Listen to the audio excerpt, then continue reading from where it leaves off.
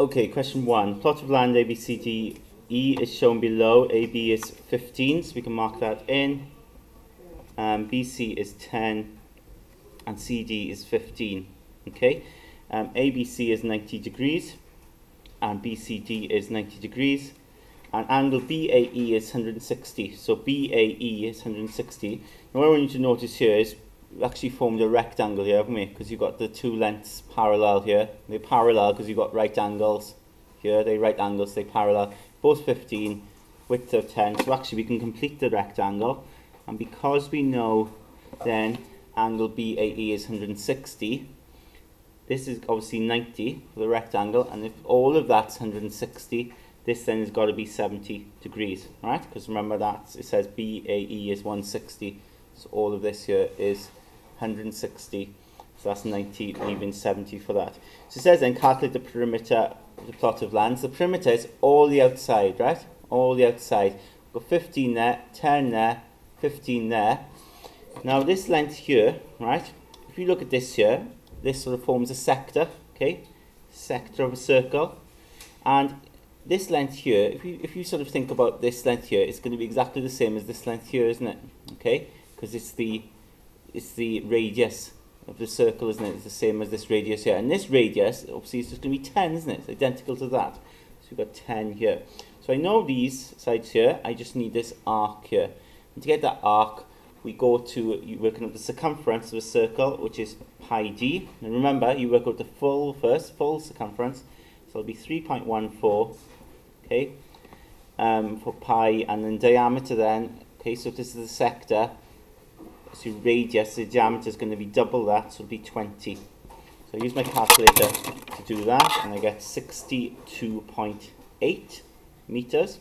Okay, now remember, now I've worked out the circumference. I worked all the way around if this circle was here, the whole circle was here. It's obviously, it's not the whole circle. I just want this sector, which is a fraction of that circle. So the arc then, length, would be the fraction, and the fraction would be 70 out of 360 times then this 62.8 times the whole circumference.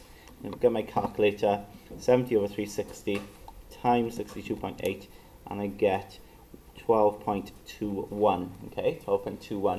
So I know now my arc is 12.21, and then to get the perimeter, just add them all up. 15, add 10, add 15, okay, add the 12.21, add the 10. So if I work that out on my calculator, I'll then get the perimeter. Remember, perimeter is the distance all the way around, 62.21.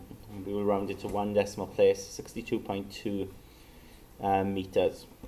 Okay, then it says part B, calculate the area of the plot of land. So again, splitting this up is sensible. We think of this as a rectangle, okay? Call that shape X if you want, that shape Y.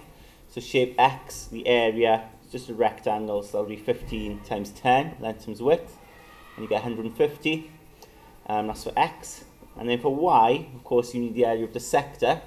But when you work out the area of the sector, you always work out the area of the full circle to start with. So that'll be pi r squared for the area of a circle.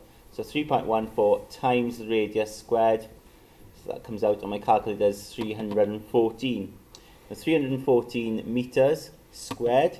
Remember, that's the area of the full circle, but I don't want the full circle, I just want that sector. So the sector area will be the fraction of the circle times 314.